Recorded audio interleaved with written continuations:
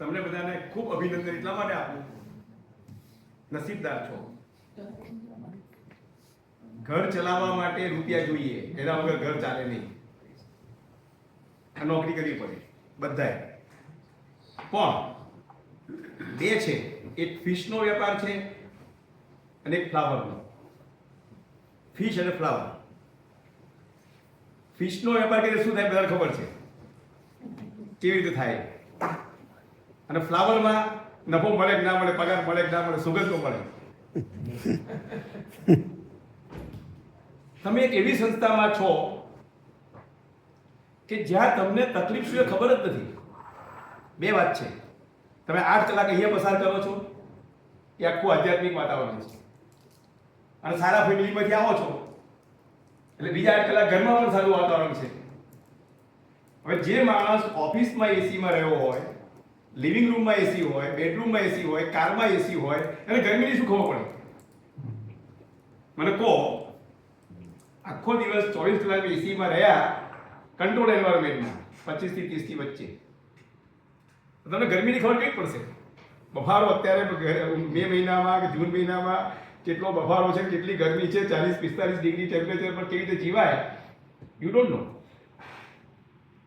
એટલે પ્રવીણભાઈએ વાત કરી, હરિભાઈએ વાત કરી, પણ તમને કઈ તકલીફ છે નહીં. બરાબર ને? મારી વાત ખોટી છે? કોઈને કોઈ તકલીફ છે અહીંયા? બોલો. You are living happy life. છતાં ગીતાજીનું મહત્વ છે. તો હરિભાઈએ એક મુદ્દો કયો, બે ત્રણ મુદ્દા કયા. એક તો ગીતાજીમાં જ્ઞાન, કર્મ અને ભક્તિ અને પરમાત્માનું સ્વરૂપ એની વાત કરી. પ્રવીણભાઈએ આત્મા, પછી એટલે ગીતાજીમાં છે ને આખું સાયન્ટિફિક એરેન્જમેન્ટ છે. એમાં હ્યુમન કોન્સ્ટિટ્યુશન શરૂઆતનો જે ભાગ થયો લેવાયો, એમાં હ્યુમન કોન્સ્ટિટ્યુશનમાં સૌથી પહેલાં શું આવે તો આત્મા આવે. એટલે બીજા અધ્યાયમાં એમને શરૂઆત 10 શ્લોક 10માંથી 20માં આત્મા વિશે વાત કરી. આપણું મૂળભૂત સ્વરૂપ આત્મા છે એની વાત કરી. પછી હ્યુમન કોન્સ્ટિટ્યુશનમાં બીજું આવે ઇન્દ્રિયાણી પરાણ્યાહુ ઇન્દ્રિય પરમ મન મનસસ્તુ પરાબુદ્ધિ યો બુદ્ધિ પરતસ્તુ સહ. આપણા કોન્સ્ટિટ્યુશનમાં સૌથી ઉપર આત્મા છે, નીચે બુદ્ધિ છે, એની નીચે મન છે, અને નીચે ઇન્દ્રિયો છે. તો બીજો ભાગ જે આવ્યો બીજા અધ્યાયમાં, સેકન્ડ પાર્ટ, એ બુદ્ધિનો આવ્યો કે બુદ્ધિ ઋતંભરા હોવી જોઈએ આપણી, તીવ્ર નહીં. એમણે એવી બતાવ્યું આપણને કે તીવ્રમાંથી ઋતંભરામાં કેવી રીતે કન્વર્ટ થયા. એ માણસ આજે તમે એવા કેટલાય ડૉક્ટરો મરી ગયા અબજો રૂપિયા કમાઈને, કોઈ યાદ કરતું નથી. પણ ડૉક્ટર શેઠીને યાદ કર્યા, ત્રિવેદી સાહેબના અમદાવાદમાં કે કિડની હોસ્પિટલમાં આપણે યાદ કરીએ, મુનિ સેવા આશ્રમમાં વિક્રમભાઈને યાદ કરીએ. કેમ? કે એમની બુદ્ધિ ઋતંભરા છે. એ બુદ્ધિનું જે પરિવર્તનનું કાર્ય છે એ ગીતાજીનું કામ છે. ત્યાર પછી મનની વાત આવે અને કર્મની વાત કરી. કર્મના જે 3 પ્રકાર છે, બોલો આમાંથી કોને ખબર છે કર્મના 3 પ્રકાર? કોઈ કહેશે મને? કર્મના 3 પ્રકાર છે, બોલો. વિકામ સકામી નિષ્કર્મ. તમને ખબર છે? ટ્રાય કરું છું. હા, સકર્મ, દુષ્કર્મ અને નિષ્કર્મ. બહુ સરસ. હવે મને એ સમજાવો કે 3માં શું ફેર? સારું કામ કઈ કરીએ બીજાને હેલ્પફુલ થાય એવું તો એ કદાચ સકર્મ કહેવાય. દુષ્કર્મ એટલે આપણા કર્મથી બીજાને નુકસાન થતું હોય તો એ દુષ્કર્મ કહેવાય. નિષ્કર્મ એટલે એવું છે કે કઈ ફાયદો નહીં, નુકસાન નહીં, કદાચ નિષ્કર્મ કઈ આપણે કેમ કહેવાય ને સ્વાર્થ વગર, કોઈ સ્વાર્થ ના હોય કરીએ એ નિષ્કર્મ. નફા નુકસાનની વાત નથી, પણ નિષ્કામ. નિષ્કામ એટલે કોઈ અપેક્ષા વગર. વિકામ એટલે જેમાં ખોટી કામનાઓ છે, જે કર્મ તમને નર્કમાં લઈ જાય, દુઃખમાં લઈ જાય, વિષાદમાં લઈ જાય, એ બધા વિકામ કર્મ. સકામ કર્મ એટલે બેલેન્સ. તમે કઈ અપેક્ષાથી કરો અને હવે આપણે હું કોઈનું કામ કરું, પૈસા લઉં તો એમાં વ્યાજબી છે, ખોટું કશું નથી, નથિંગ રોંગ ઇન ઇટ. પણ નિષ્કામ કર્મ એવું કર્મ છે કે જેમાં કોઈ અપેક્ષા વગર કર્મ કરવામાં આવે. એટલે આપણે બધા એવું સમજીએ છીએ કે નોકરી કરીએ એટલે સકામ કર્મ. તમે કોઈને બી પૂછો ને આ 3 ડેફિનેશનમાં નોકરીમાં તમે એવું કહેશો કે સકામ કર્મ, બરાબર? નોકરી કરીએ એટલે સકામ કર્મ ને? એવું નથી. જો પ્રામાણિકપણે પૂરેપૂરી નિષ્ઠાથી પૈસા લઈને પણ કર્મ કરીએ તો પણ એ નિષ્કામ કર્મ હોઈ શકે. લોજિક છે. તમારે જીવન જીવવાનું નહીં જીવવાનું એમ કહો મને. જીવન જીવવાનું, અન્ન વસ્ત્ર રહેઠાણ જોઈએ, ગાડી જોઈએ, મોબાઈલ જોઈએ, મને કહો ક્યાંથી આવશે? કોઈ જાદુ તો થશે નહીં. તો આખી સમાજની વ્યવસ્થા છે એમાં રહેવું પડે.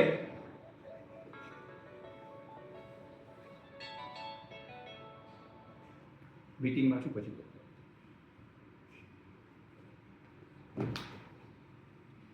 એટલે આપ સૌ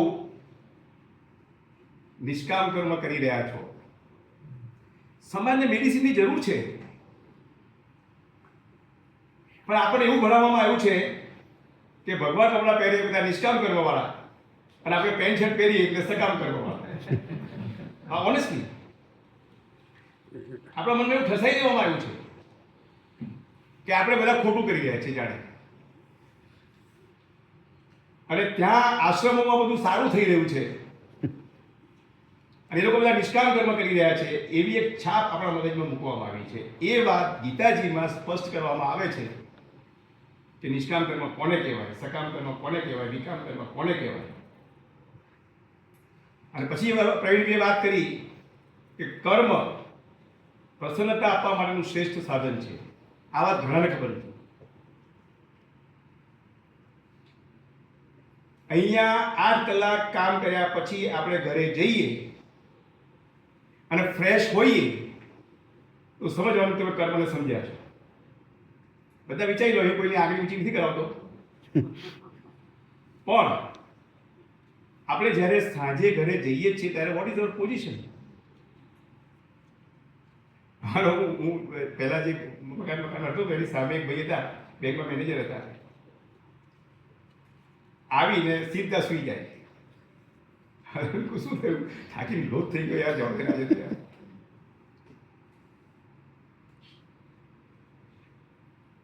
એટલે ગીતાજીમાં સૌથી મોટો ફાયદો જો કોઈ હોય તો એ આ છે, પ્રવીણભાઈ કહ્યું એમ કે કર્મ કેવી રીતે કરીએ તો કર્મ કર્યા પછી પ્રસન્નતા મળે. This is important. અલ્ટિમેટલી આપણે જોઈએ શું? હરિભાઈએ બહુ સરસ વાત કરી. અલ્ટિમેટલી શું જોઈએ છે? પ્રસન્નતા, આનંદ. હવે 8 કલાક કામ કર્યા પછી પ્રસન્નતા ના મળવાની હોય તો મતલબ નથી. આપણે કોઈ હિલ સ્ટેશન પર જવા નીકળ્યા છીએ, 2 દિવસની મહેનત પછી ત્યાં પહોંચીએ.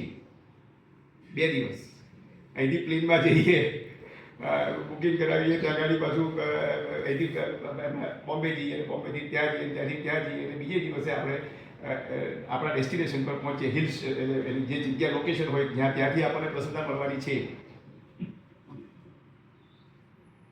અને ત્યાં કશું મળે જ નહીં તો બધું વ્યર્થ છે ને.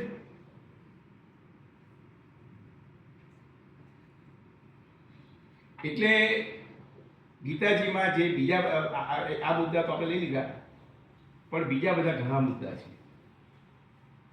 મને કોઈ કહેશે અહીંયા ચર્ચા ના થઈ હોય હરિભાઈ અને પ્રવીણભાઈમાં એવા ગીતાજીના બીજા કયા મુદ્દા? આપણે બહુ સરસ વાત કરી. એવી રીતે બીજા કોઈના મનમાં ગીતાજીમાં બીજા મહત્વના મુદ્દા કોઈ છે ધ્યાનમાં?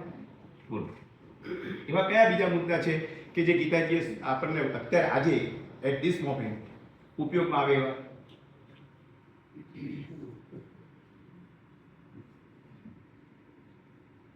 બોલો.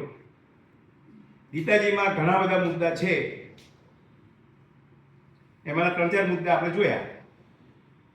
હ્યુમન કોન્સ્ટિટ્યુશન છે, એમને જ્ઞાન કર્મની વાત કરી, બરાબર. બીજા કયા મુદ્દા છે ગીતાજી?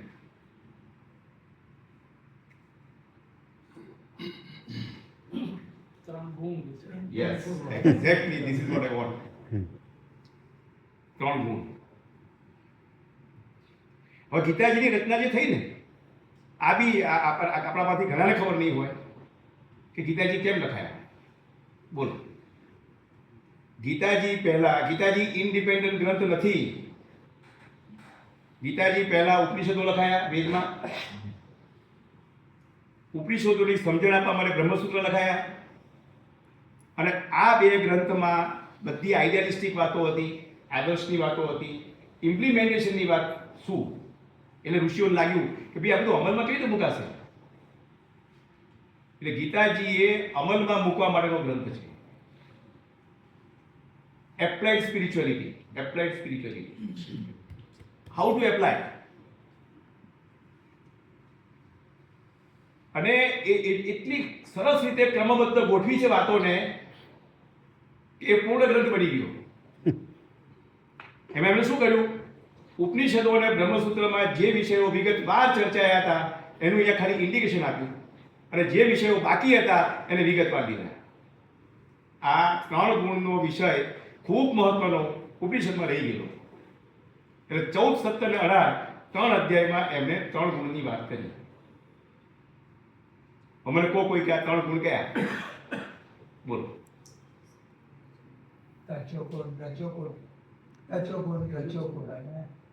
સત્વગુણ, સરસ. સત્વગુણ, રજોગુણ અને તમોગુણ. સાહેબ, આ 3 ગુણનું નોલેજ આવી જાય ને તો આખી લાઈફ સ્ટાઈલ બદલી જાય. આખી લાઈફ સ્ટાઈલ. અત્યારે તો લાવી વાત નહીં થાય, પણ રજોગુણ, સત્વગુણ એટલે જે પ્રકાશ અને જ્ઞાન, પ્રકાશ અને જ્ઞાન આપે એ સત્વગુણ. પ્રકાશ અને જ્ઞાન આપે એ સત્વગુણ.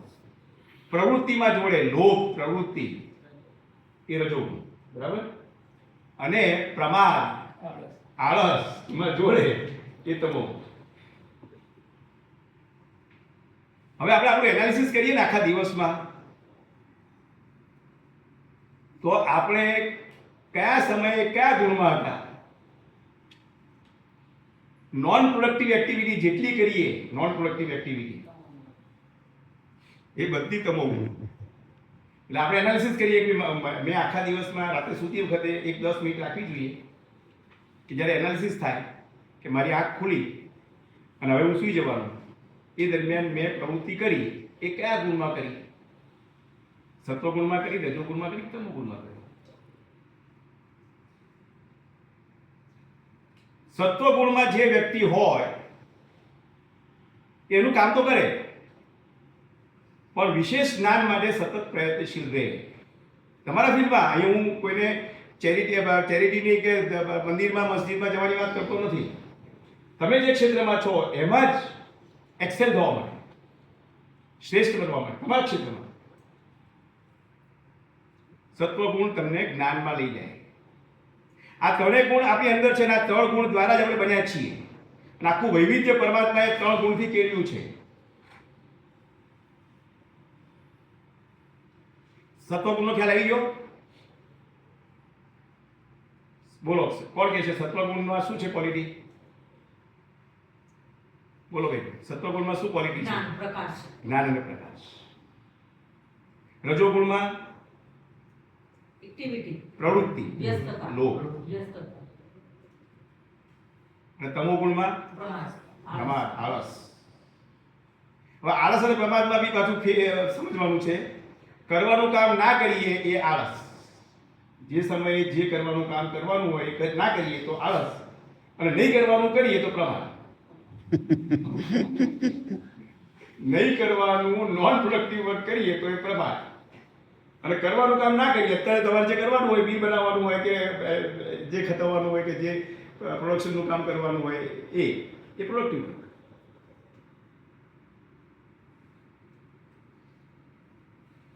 હવે આ 3 ગુણનો ક્યારે કેવી રીતે ઉપયોગ કરવો એ ગીતાજી સમજાવે છે. 3 ગુણનો ઉપયોગ ક્યારે કરવાનો? હવે સવારે આંખ ખુલી અને ઓફિસ જવાનું, 2 વચ્ચે 3 કલાક કે 4 કલાક છે, જે હોય જે સમય હોય. અને એમાં સમય છે કે પરવારવામાં આટલો સમય જોઈએ, નાવા ધોવામાં આપણો જેટલો સમય હોય અડધો કલાક 5 કલાક જેટલો મળે, તો ત્યારે જ્યારે જ્ઞાનની વાત સવારે ઉઠીને તરત કરીએ તો ત્યાં સત્વગુણ આપણને કામમાં આવે. ઓફિસ જવાના સમયે રજોગુણ કામમાં આવે. હવે તમોગુણ બી ઉપયોગી છે. આ બહુ જ ઉપયોગમાં આવશે, ઘણા બધાને બહુ કામ લાગશે. રાત્રે સૂતી વખતે ઘણાને ઊંઘ મોડી આવે, નથી આવતી ને પથારીમાં પડખા ફેરવા પડે, એવું થાય છે કોઈને? કહેતા બોલતા નહીં એમ. પણ તે વખતે તમોગુણને બોલાવો. એ રજોગુણ તમને ઊંઘવા નહીં દે. રજોગુણ ખરો ને, એ જે આપણને ઊંઘમાં ડિસ્ટર્બ કરે છે એ રજોગુણ છે. હવે એ જો ખબર પડી જાય તો પથારીમાં પડતાની સાથે ઊંઘ આવી જાય. અને જેને પથારીમાં પડતાની સાથે ઊંઘ આવે છે નસીબદાર કે રજોગુણ તમારી ઉપર કંટ્રોલ કરતો નથી. અને ગીતાજી એ શીખવાડે છે કે ગુણાતીત બનો, આ ગુણને કાબુમાં રાખતા શીખો. Use it. તમારે શ્રેષ્ઠ જીવન જીવવા માટે આ ગુણનો ઉપયોગ કરવાનો છે. આમાં કોઈ ધર્મની વાત નહીં. આ 3 ગુણની વાતમાં મને કહો કે is it useful or not? આ 3 ગુણનું જ્ઞાન, આ તો મેં બહુ શોર્ટમાં તમને જસ્ટ ગ્લિમ્સિસ આપી. 3 અધ્યાય છે ગીતાજીમાં.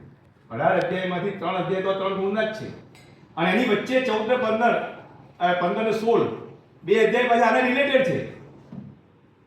એટલે આમ જુઓ તો ગીતાજીનો 1/3 પાર્ટ આ 3 ગુણ ઉપર બેઠેલો છે. 16મા અધ્યાયમાં જે દેવ અને અસુરની વાત છે,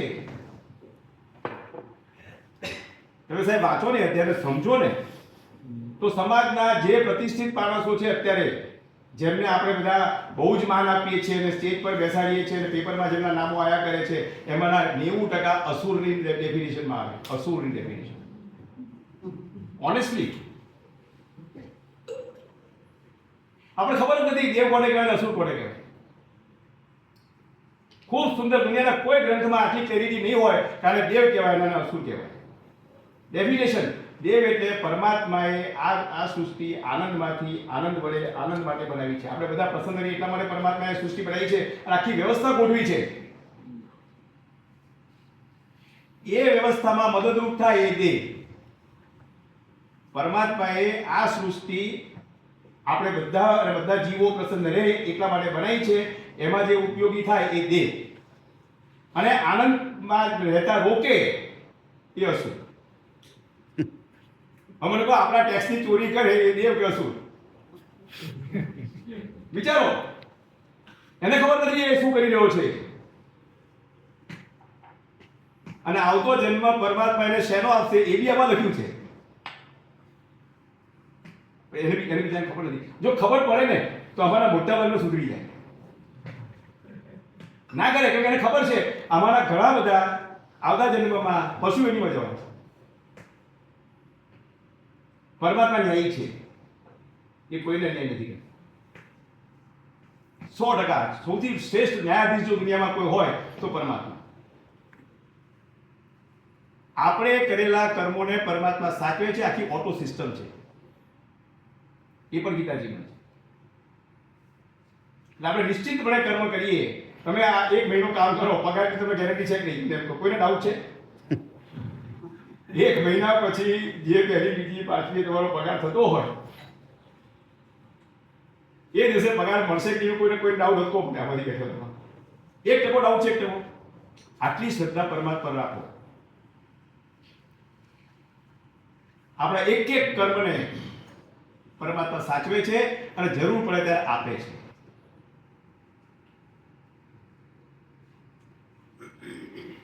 એટલે ગીતાજીમાં આજની તારીખમાં આપણે જીવનમાં ઉપયોગી જેટલી બી વાતો છે બધી, આ તો અહીંયા જસ્ટ તમને ગ્લિમ્સિસ આપી.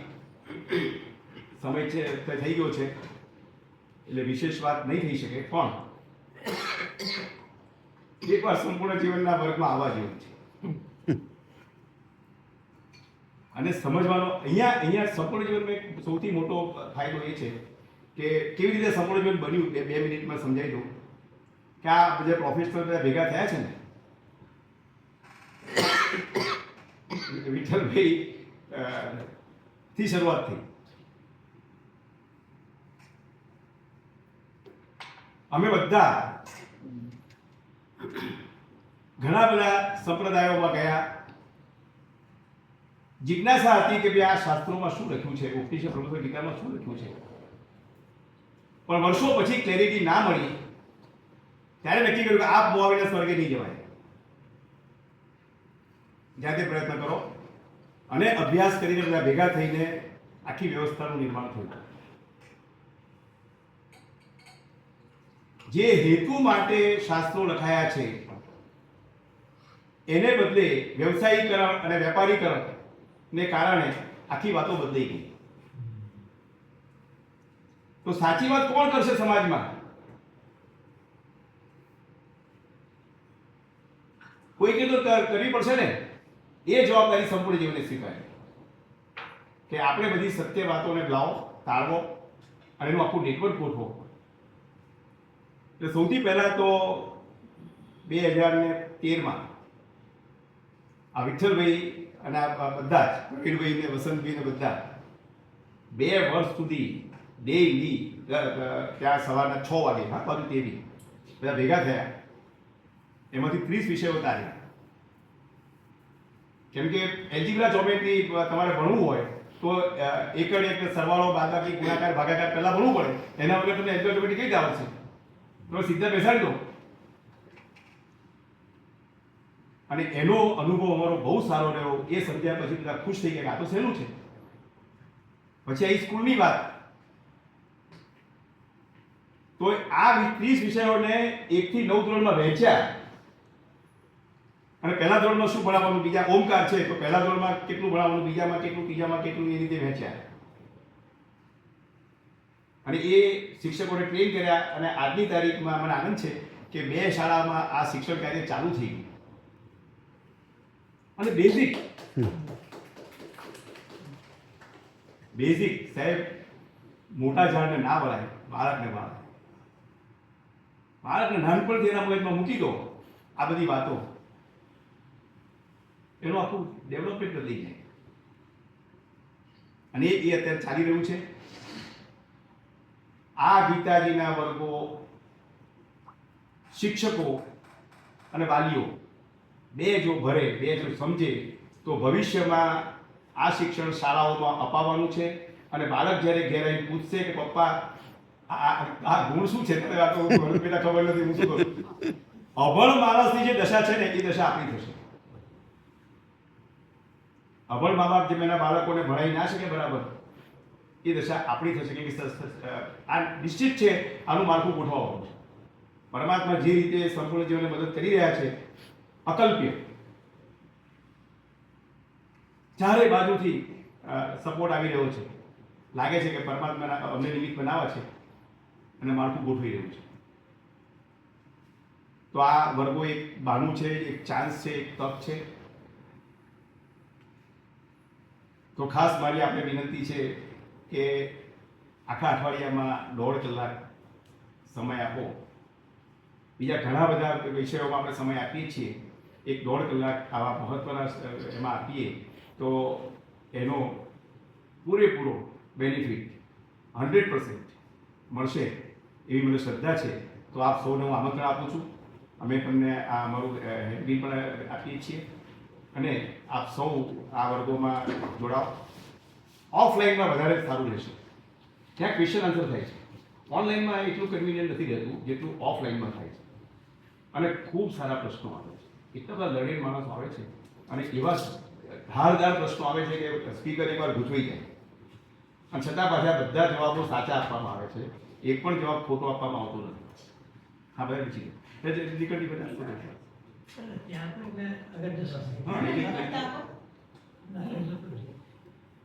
તો અમને સમય આપવા માટે જેટલો આભાર માનીએ એટલો ઓછો.